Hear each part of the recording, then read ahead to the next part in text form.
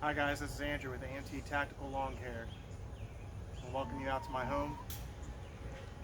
That's for you, Maureen. The goal of this channel is to try helping the everyday average homeowner transform their ugly yard into a lawn they can look at and be proud of. For this first video, I want to show you all how my lawn got to where it is today and what to look forward to in the future. My love for lawn care has quickly grown, and I want to walk you through the process of what has come to be a major passion in my life, both the ups and the downs.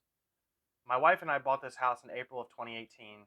The yard was unleveled, full of weeds with no real viable turf anywhere, but that isn't where the story begins. I first ran an irrigation line out to our vegetable garden. We then decided to get our driveway repaved and extended. Up next, we had multiple trees removed. To add on to these three things, the yard was covered in crabgrass and goosegrass. Our yard was a giant disaster. It was not the yard I wanted our 1-year-old son playing in. At this time, I started researching the things I needed to know to grow a yard I could look at and be happy about. The first and possibly biggest step was figuring out a watering plan. Water is king in lawn care, and I want to be sure I could supply the turf with what it would need. In July of 2020, I decided to run my own irrigation system in our front yard. I knew that this was the perfect time to destroy even more of the yard, so I seized the opportunity. I had no experience with pop-up irrigation, so it was a lot of trial and error, but I'm very happy to say I did it myself. After addressing the watering issue, I decided to kill off everything left living in the front yard and sections of the back. Once everything was dead and brown, I mowed as low as my mower would go and I bagged everything. To expose even more of the soil below, I used a dethatcher to pull up more of the dead material and once again mowed as low as possible while bagging everything. Then I brought in a mixture of topsoil and compost to level out some low spots and also to add in some organic material to the dirt. At the end of July, I pulled soil samples and sent them out for testing. Our native soil is rock-hard clay, acidic, and high in phosphorus. At the end of August, I aerated the entire yard and seeded with a turf-type tall fescue Kentucky bluegrass mix. I applied a starter fertilizer with mesotrione to help kill any weeds that tried invading during the germination period.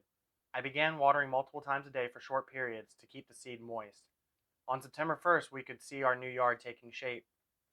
September 20th approached quickly and it was time for the first mow.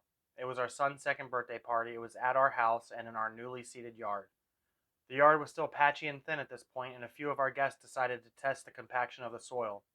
In the beginning of October, we really began to see the lawn thicken up. Things were looking really great, and the turf was now thick enough to begin striping. We finally had the yard that we had wanted. November came, which meant winter was quickly approaching. The final mow had taken place, the grass was going dormant, it was getting cold, and it was time to hang it up until next year. Spring rolled around, and back into the lawn we went. The lawn came out of dormancy really well. The pre-emergent had done its job of stopping a vast majority of crab and goosegrass. The yard was holding up extremely well into the middle of July. The color was great and the weed pressure was low. But we had one major problem, Poa annua, and we had it everywhere. It's now the end of July, and the Poa is dying off from the heat, and things aren't looking the best. The good news? Fall is closer than we all think, and it's the best time to grow cool season grass. So this year, I'm going to be overseeing and addressing the problems our yard is facing. I'll also be renovating our neighbor's yard. I will be taking it down to bare dirt and starting completely over. You can see everything I do, step by step, with the products I'm using and the results they have. Control weeds, apply fungicides, mow, we will be doing it all. The lawn is the place I spend the time with my friends and family. Having a beautiful lawn can be stressful. It can seem like a ton of work. To some, it's too much to get out there and mow 2 or 3 times a week. Our son is almost 3 now, and he is outside with me every single day. I'm teaching him as much as he is willing to learn.